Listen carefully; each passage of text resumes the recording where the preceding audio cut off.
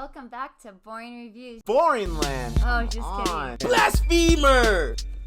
Hello, right. Boring Review Nation! Kind of pointless. We know all things. All right, welcome back to Boring Reviews for another Mirzapur episode review for episode 4. I almost said season 4. Nick here, Gabe. Bum, bum, bum, bum, bum, bum, bum, bum, bum, bum.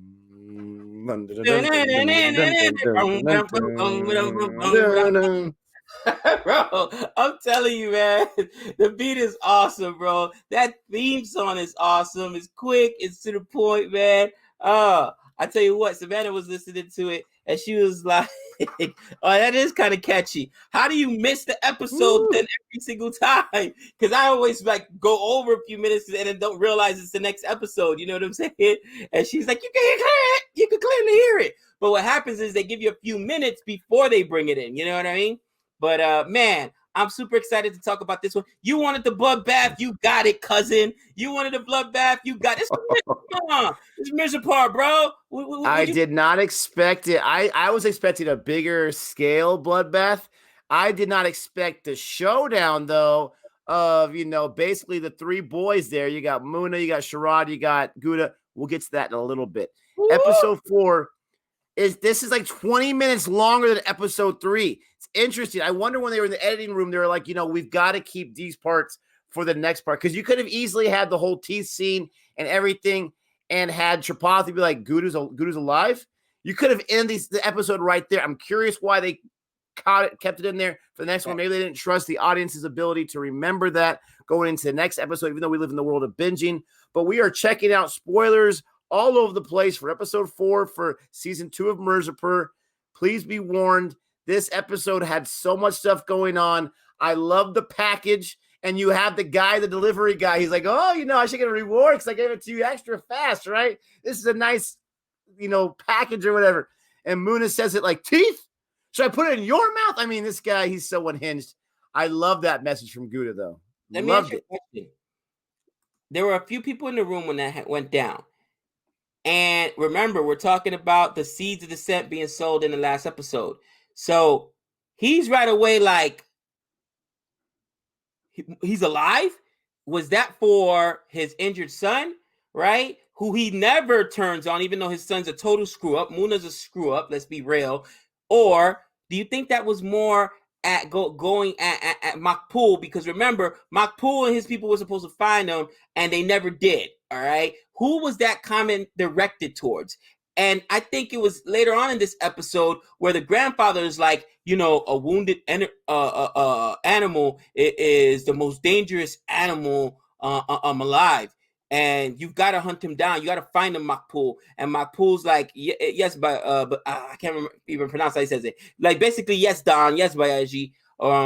Like, do you think they're like throwing this on Makpool's shoulder when Makpool didn't mess up? Munna went over to a wedding and literally let him go because of his own ignorance. Because if he would have just been right to the point, he could have splattered everybody in and out. But he wanted to make a theatrical show of it because he was so, emotional because of his sweetie or whatnot. This is on Munna, all right? The survival of Guddu is strictly on Munna. So, like, I don't know. Didn't it seem to you like that? Like, especially because of what the grandfather said later on, that they're kind of putting this on Makpool, bro? What exactly? I can't remember. What exactly did the grandpa say to him? They're in the room in the main house. I remember. I can't remember the exact words he said. Discovers it. He said exactly that. The most dangerous animal is a wounded animal. You need to find him, Makpool. You and your men need to find him, Makpool. And Makpool's like, yes, Bayaji, it'll be done. So I'm like, wait a minute. This isn't on Makpool. I feel like they're trying to throw it on Makpool instead of saying, that's why you go in there, Munna, with all your soldiers and don't mess around instead of trying to have whole performances. And now we've got an enemy that we don't, you know what I'm saying? That's going to cause us issues. Like, I just didn't see. I expected them to be upset at Munna. Did you get that out of that alone out of this episode? I feel like he disrespects Makpool quite a bit. I feel like he definitely takes him for advantage. If you don't have Makpool, I mean, remember, I think it was episode 5 of season 1 where Colleen is in that city and people are trying to go after him and Makpool has to save him right there. I'm pretty sure that was episode 5. He doesn't understand what he's got in Makpul. He is, I mean, I don't know why he's so confident. He knows his son is doing better, but his son is still goofing around. But I keep wanting to call him Pankaj. But Colleen he's just so confident. He's just so much on his throne. He's like, everything's going good. You know, I have a son or a daughter coming and everything's working out and Munna's taking over. He's getting too high for his britches right now. The thing that I was surprised by, and again, it was a little too easy for me, was when he's sitting there and he's like, Guddu's alive and he's being this bold. He must obviously be with Lala and he must have all his resources. I'm like, wow, you came to that conclusion really, really fast. That automatically, obviously, he has to be with Lala. I mean, it seemed a little too easy to me, but I get it. There's only 10 episodes. You got to speed things along. We understand those guys did some reconnaissance work. They had led to that area in for a reason. You had that guy on the phone that called them, so he could have easily got the message out to other people. Right. I thought that was interesting. But then he's like, you know what? We're not going to worry about that right now. I don't want to go against Lala. And he did that part for a reason because he's got all the guys right there, all the dealers of the dark chocolate in the room, right? And 4 of these guys made a deal with Lala to sell the stuff for Guddu and for a bigger profit. And so he already knows about it. And so he calls him out and he's like, you know, I'm not even going to do anything to you guys. I'm going to let Munna decide. Whatever Munna decides goes. First mistake. Didn't we mention this in episode 1 or 2 of Sharad, how Munna would have just gone there and just popped the guy right away? It's exactly what Munna does. Pops him right away. And you can see Sharad. You can see him like, no, don't do that. That's the dumbest thing you can do. What do you do? And I love going into that, right? And I think, here's the thing. I think Chapati's thinking in 2 terms. He can't afford to go to war with Lala right now because he promised the chief minister no violence. And Lala has enough guns where, yes, your army's probably gonna win, but you're gonna drop a lot of bodies and there's gonna be a lot of violence on both sides. And he can't afford that right now in the middle of an election, right? That was also a big part of this episode, the election, and you know, getting to see that Munna, for whatever reason, young people gravitate to him. That's what he's good at, okay? He's not good at being a gangster. The guy needs to be a politician because that's what he's good at, raising the masses or whatever. But to be a gangster, he's too impulsive. And we even talked about it. Like you said, how would Munna handle it? The way he handled it in this episode. I got a traitor amongst my midst. Popped them. Now everybody else there knows I could get killed for something this little. And I loved how, sowing the seeds of dissent. I loved how Reddy Shankar's son, Jiraj Shankar, goes and says, you know what? Think about this for a second. Maybe killing them isn't the best idea. They're buying for a bigger profit. So you go ahead and take their profit. Now they're all still working for you. Okay, it's a win-win situation. And then the Don sits back. He said, you're thinking like a Don right now. Think like a businessman. Who's the last person to talk to Chapati that way? You know what I mean? And Chapati even sat back and was like, Munna. And Munna was mad. Munna wanted to pop the other one. He had the gun at his neck or whatever. He's like, I didn't get to kill this dude too. So they work out the deal. So now, regardless whoever's dark chocolate it is, Lala's or his, he's still getting him paid. He's getting his 20%. So it is a smart business deal. Okay? Like, man, in the end, I almost want Sharad Shankar to be the last man standing because he approaches it like a businessman, the way it should be. He doesn't kill people that's unnecessary. He doesn't go for the unnecessary violence, okay? He just wants to run it like a business, and that's what it should be. Take all these emotional ties out of it. Take all the stupidity. Think about, you know what? I was wrong. I blame this whole thing, this whole involvement of the Pandit brothers on their dad and the Pandit. You know whose fault this whole thing really is? Munna's, because he got to get drunk, and at some dude's wedding, he's shooting guns in the air like an idiot. Okay, that dude doesn't. He feels no remorse, and he doesn't care. You said something about Sharad that kind of turned a light bulb on for me. I don't think this guy's ever. Has he ever taken a life? Have we seen him take a life yet? That's a huge threshold, right? What does he do? And I understand he's playing the long game, but there is something to him saying, hey, I'm not saying no to you. we don't have to lose anyone's lives right now. We can just make this figured out. We can settle this like men. He's trying to help that guy out, and he tells him later on, I saved your life. Now you owe me a favor. I don't think he rebels. He enjoys the bloodshed. I don't think he even enjoys the greed of it. I think he wants to get revenge for his dad, and that's it. I don't think he's looking on building an empire. I could see if he gets his revenge, I could see him saying, okay, I'm going to college. Anyone else can run this town. I can care less. I got to go do things that I got to do because this is beneath me right now. So it's interesting to see how he reacts. Like, he's like, whoa. He's like, no, it's okay. 10%. And guy says 20%. But I don't think he's taken a life yet. I don't see him as being in that kind of life. He's doing this because he's trying to pay respects to his father. But anyways, I just think that's an interesting point. But yeah, you have this whole election. You have these rallies that Munna's going on. You're right. I mean, these people are chanting his name, and the daughter of the politician or whatever she is, she's like, why are they chanting your name at our rally? He's like, I don't know. They're saying my name. I didn't tell him to do it. And he's just up there. He's too cool for school. He has skills, but when he's trying to be his dad, it doesn't work out. And he's way too emotional. We mentioned that many, many times, but Sharad, his downfall might be that this really is, you have to be a psychopath for this kind of life, and he doesn't really have that in him. We'll see if the brains can win out over the emotions and the psychotic nature. It's funny you mentioned that about Munna. He almost can't help himself. And what I mean by that is he instantly start hitting on this politician's daughter, who your own father is afraid of. Like, what do you do? Remember the big beef happened between the politician's brother, I forget his name, because Munna just had to be. He was dancing. The girl liked it. Dance with the girl. Like, this guy cannot help himself. No. And then she's asking him, why would you do? Why they chanting your name? And he says, I don't know, but if you came to give a speech, you better give it, because they might vote for me. Like, what? He just can't. And I think the slickest comment is, you know what? That white Siri doesn't suit you. And she's just like, and later on, to his credit, she says, nobody's ever talked to me like that. And you can tell she digs it or whatever. But this dude has no filter. Not just that, but he's like, so you've been your husband's been gone for a year now, right?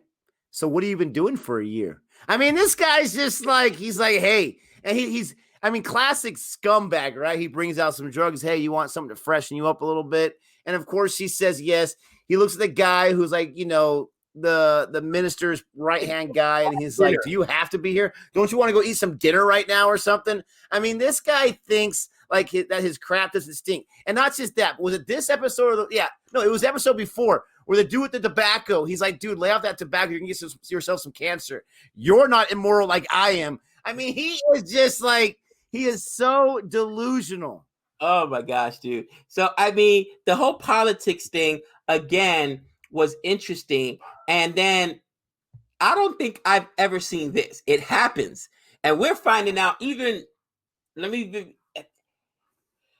cannot get into politics, even here in America, without having money. Bottom line, all right? Mm-hmm. You need money for TV ads. You need money for campaigns. You need money. And a lot of times those money come from a few different dark places, okay? You're either taking special interest money, you're taking pharmaceutical money, you're taking NRA money, you're taking somebody's money, all right? It costs a lot of money to get. So, but usually they hide those alliances, especially when it's one with a gangster.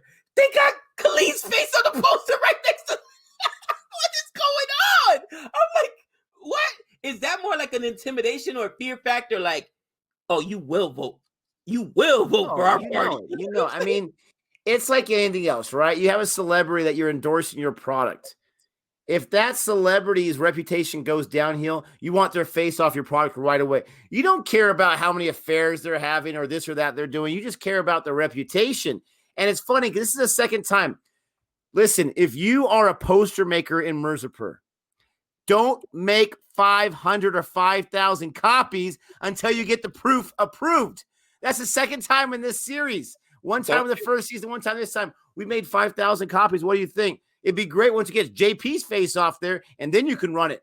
I made 5,000 copies already. You shouldn't have done that. What's your problem right there? But yeah, I mean, Munna is just, he's at the rallies. These people don't care. I mean, he's so like, he's so disinterested in everything going on besides his interests. He's sitting there like a traffic jam, so bored.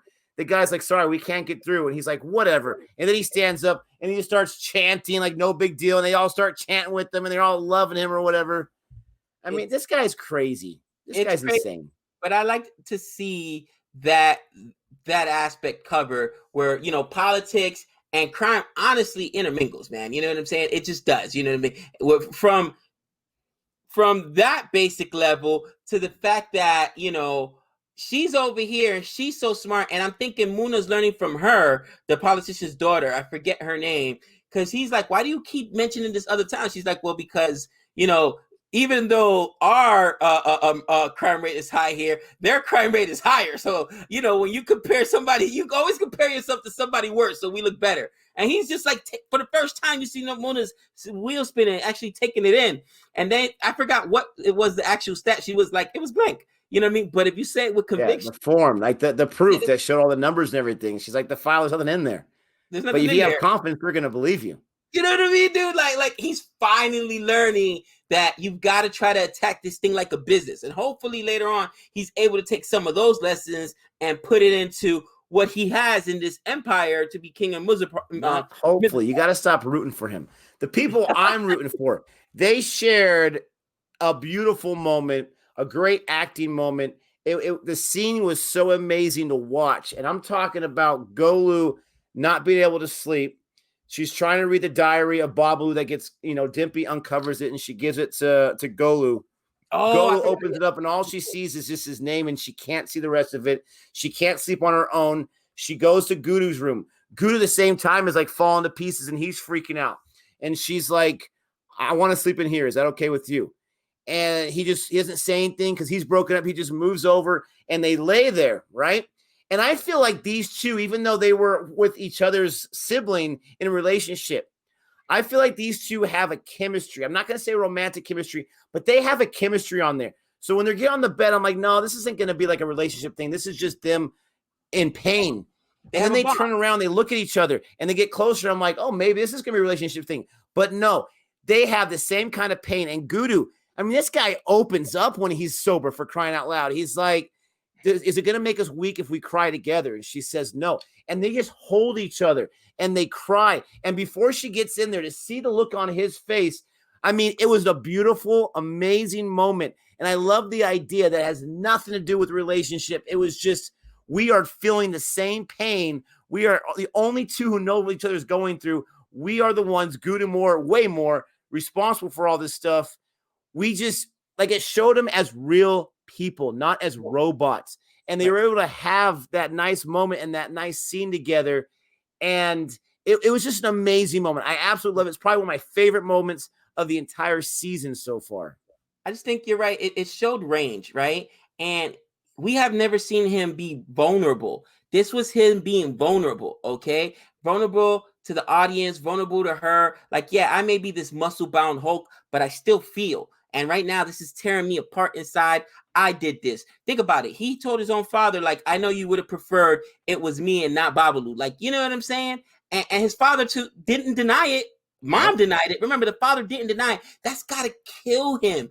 And man, so you're right. That was a beautiful scene. I'm glad they didn't make it a romantic thing. I mean, because then I think it cheapens what they're both fighting for, the memory of their dead loved ones, especially since it's you know, she's Sweetie's sister. I just think it would be something kind of wrong about that. With that being said, though, when she was reading the diary, did you see they gave us a quick cameo, right, of Babalu, right? And I hope that maybe not, you know, you get more of that as she reads the diary and starts, you know, understanding what his plan is or whatever, and maybe he's almost talking to her from the beyond. Because I love that actor as well, and I didn't realize they were going to bring him back in whatever small capacity. Obviously we got the small flashback for a Sweetie as well, but not as, you know, not as impactful, I would think, as the Babalu one. You know, you're right. That was a beautiful scene. That was a beautiful scene, Nick. The funny thing with that is, you talk about, you know, it would be weird for the relationship thing. And this is where I feel like most women and most men are. I don't feel like Guddu really felt anything there, but you can tell Golu did. because when you have Shabnam, the daughter of Lala, who comes in because Gouda had extended the olive branch, right? And say, I know exactly how you're feeling. I'm feeling it too, and I'm sorry you're feeling that way. And she's a beautiful woman. And she's just like, So she comes to his room, and right away, Golu, she's got the protective walls up. She's like, what do you want? Yeah. She's like, I'm staying in this room right now. And she's like talking, and she's giving her a look, and then eventually she leaves, and she's like, where's your room at? My room's next door, but I sleep in here. Dude, I mean, she got a little protective right there. Really protective, really, really catty or whatever. I don't know. Maybe you're right. I don't know how that's gonna end up or whatnot, but I did pick up on that. All right. And I mean, so far the episode has been a slow burn, right? So that's everything else that's going on. I don't think there's anything else that's important. Well, real quick, we got to mention my man. You got to mention my man, Vijay. We get an appearance from Vijay, right? Yeah. With the locks. Appearance from Vijay. And when do we get it? Of course. You know when? With the shady dude that we same knew clothes. Was shady. Was it the same outfit again, bro? Yes, exactly to the T. First of all, right, Gouda goes back to school to visit his sister, and this dude's in his sister's bathroom. Comes out of the bathroom. Comes out the bathroom. Guys, we all know what that means, all right? My man's staying there or whatever, and, fixing the computer in my right eye. And you know what I'm saying? He comes out, and then he's, like, really obnoxious about it. So Gouda's like, yo, tells us I better not see him in here again. He's like, that's your problem. Men like you think they want to control women. So, the Hulk came out, bro. He yoked him up one hand, and he's like, you know what? You're going to hurt yourself in here. There's not enough space. You're going to try to thrash me? I'll see you outside. Come on. So I'm not afraid of you. I'm not afraid of you. Like, this little dude got some gumption. So Gouda, bad leg and all, is getting ready to go beat the bricks off of him. So he leads him outside and then locks him in the room. He said, what do I look like? I'm stupid? You're an idiot. Have you seen yourself before? I'm not going to. I mean, this guy is hilarious, but he's shady. You're the size of a gorilla, okay? You came at me like a gorilla. This guy is so shady. So later on, Gulu had mentioned that he's a money manager. So Gulu goes down there with her money to get it invested. Again, they're thinking. They are the perfect combination of brain and bronze. She doesn't bring Godu with her because he said, he even asked her, you didn't bring Hulk with you this time? He's like, nah, he would have buried you. and of course, Vijay comes, and Vijay calls first and says, I need my money. So he said, I'll bring it right out to you. So he comes in to get his money. Vijay doesn't know who she is, obviously. And she doesn't know that Vijay has a relationship with Sharad's family. I think they're brothers or cousins, something to that effect. Vijay I don't think they're brothers. They might be cousins, but I think neighboring cities or something. But bottom line is he's a criminal. So this dude's obviously, and she pulls out the gun and she says, are you going to guarantee me double? Now he's like, I got a lot of customers like you. Like, this dude's got some gumption. I got to give it for a sleazy weasel. The guy's got some gumption. He said, I got plenty of customers just like you or whatever, when she pulls out the gun on him. But you could see now where I guess where the alliances are all forming and the webs are all forming.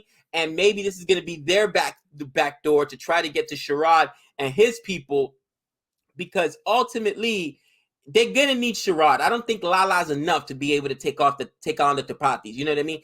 And that's also part of Sharad's end game. He wants to take over Mirzapur, right? He wants to take down the Tapatis. So maybe we'll see if that's what's going to happen.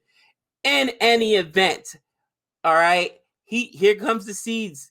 He right after the intervention where he stopped the other gangsters from getting killed, Munna's pissed. He's, and he's like, you're celebrating? He's manipulating them. He's like, oh, but you're in charge right now, but your dad makes a lot of decisions. He's like, I make the decisions. Oh, okay. So you know where Godu is? Like, yeah, well, if you know where Godu is, what's the problem? Don't you want to get him? I want to get him. He's like, yeah, but my father said not to do anything.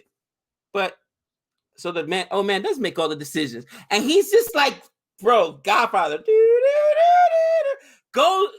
I honestly, Munna is so stupid. Like, how can he not see what this dude is doing? Well, not just that, but the wine was perfectly symbolic of Sharad. And I don't drink, okay, but I've learned quite a bit about wine. I used to work in a restaurant, used to serve wine, all that kind of stuff. Wine is not like a shot of tequila or a shot of vodka or something like that. You just down real quick. Like, it's something you enjoy. Right. You're smelling that earthy smell or whatever. You let it go into your mouth and you're enjoying every taste bud you can with every drop of wine. He pours in the glass, the 5 ounces, and he's like, "That's it." And then he's like, the guy's like, "You gotta do this, you gotta enjoy it." And he's like, "Forget you, man." And he just drinks, and he's like, "Oh man, like, I gotta teach you how to enjoy your wine." Like that's just how Munna is. He's just emotional. He just wants to get drunk real fast. And Sharad, he's willing to play that long game. It was a beautiful thing. That's actually a perfect analogy. One guy is got to try to get it done right away. Impulsive. I'm just gonna slam it down. Let me just get drunk now. And Sharad's gonna, he's gonna enjoy it. He's gonna play the long game and get the ultimate full experience of the wine, which is letting it settle, letting it breathe, enjoying it, you know what I mean? It's so, you're right. That was a really good, and I almost missed that. That was a really, really good analogy for how different they are. But ultimately, he convinces him, let's go get him now. And Munna goes against his dad's word, who obviously we just said no violence, right? That's why he doesn't want to go after Lala. So Munna's like, fine, let's go. And they set up this deal. And I'll be honest, I was like, oh man, my man Guddu messed up or whatever. Because it's what's his name's nephew that sets up the deal. Makpul's nephew, right? So they go, I think, oh man, they got him. But he changed the location of the deal first and foremost, which that's unlike him. But even then, okay, maybe he's just being cautious. So he says, yeah, here's your opium or whatever. He says, you want to test it or whatever? Guy gets it out or whatever. And then he goes, good quality, right? Good stuff, man. Right? He's like, yeah, good stuff. He's like, that wasn't opium. And it's like, did you see that coming from Guddu? Really? No, I didn't see that come, but I definitely saw the gun in the bag of money. Come on. You let a guy leave it just a closed bag, a big old bag, and not think there's going to be a weapon in there? Come on. Yeah, so the dude pulls out the gold gun, which, by the way, that's my favorite gun ever. Pulls out the gold gun, Guddu throws a table at him, and this is where the Hulk comes out. Mind you, in the meantime, Munna's trying to find out where they're at or whatnot. Going crazy. And he's just going nuts, and then they get into a shootout in the hallway. Well, it's funny because in the hallway, the guys that are protecting Guddu, they're like, "We're gonna need some more guys, man." They were freaking out.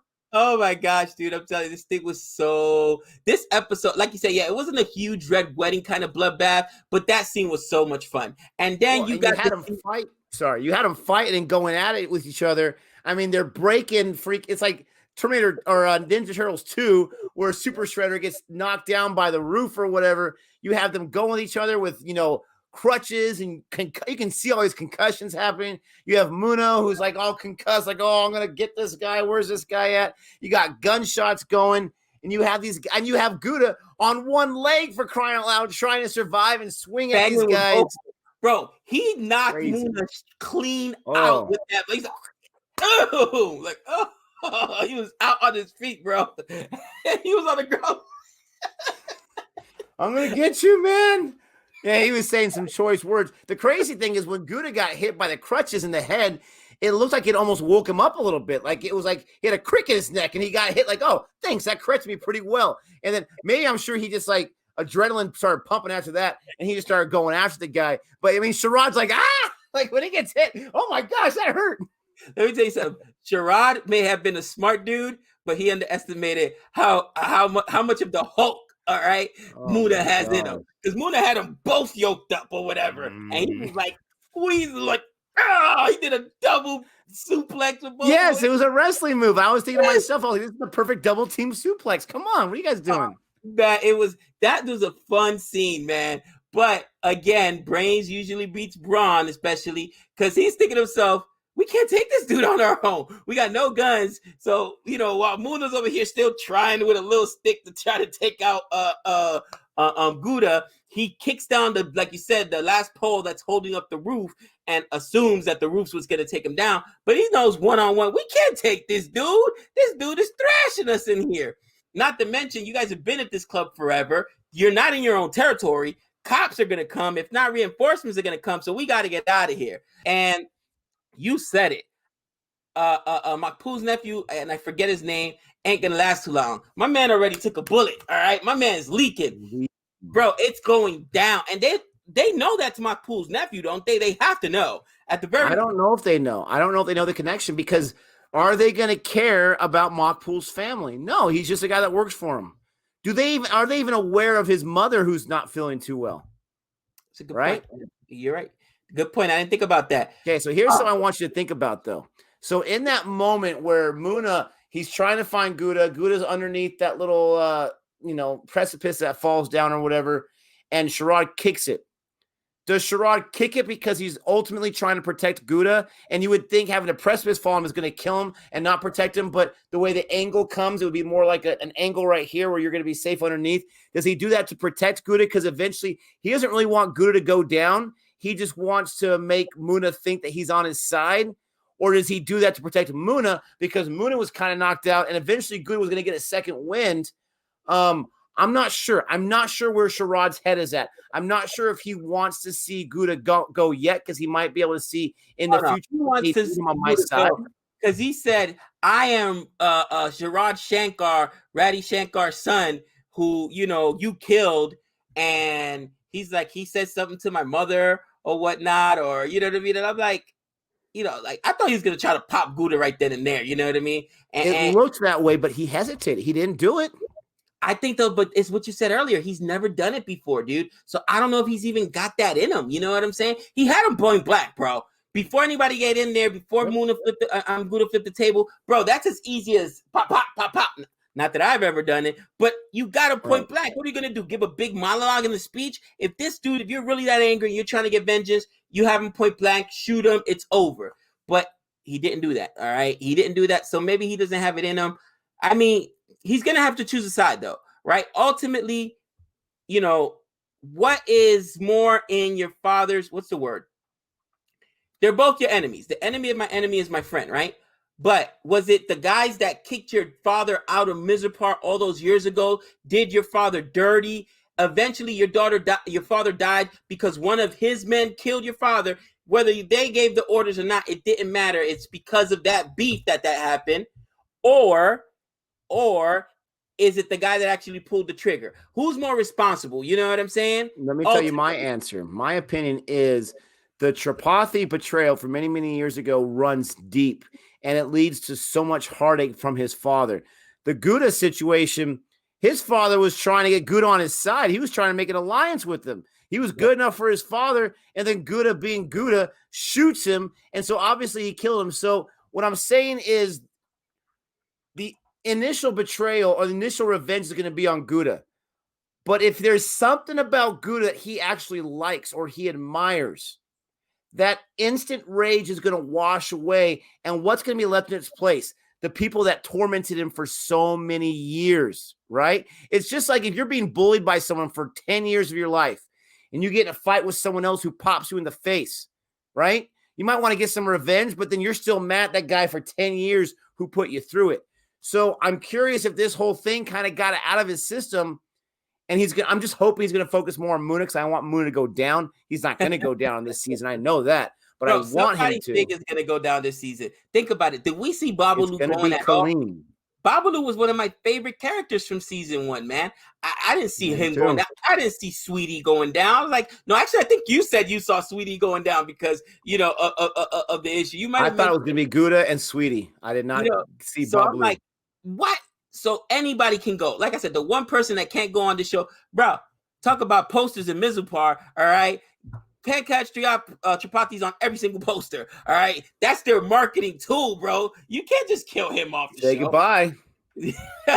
And if you happen to live in Mirzapur, all right, guys, go into the poster making business, all right? I'm telling you, man, they change those things every 15 minutes, all right? Let them order as many as they want. Approved. Hey, if I'm a poster maker, it's not my fault. I'll make another 5,000 for another 5,000 rubles or whatever it costs. I'm just saying, it's not my fault. Oh, you need another order of posters? No problem. I got you. It's gonna be. I'm not doing it for free. It's your mistake, not mine. This episode was crazy. We're running this thing long. Let me just end by saying, we didn't mention it all. We get the return of Butler Boy in this episode, right? Butler Boy comes back. I forgot. And I'm not sure exactly what Beena's end game is, besides she just wants someone that she can control again.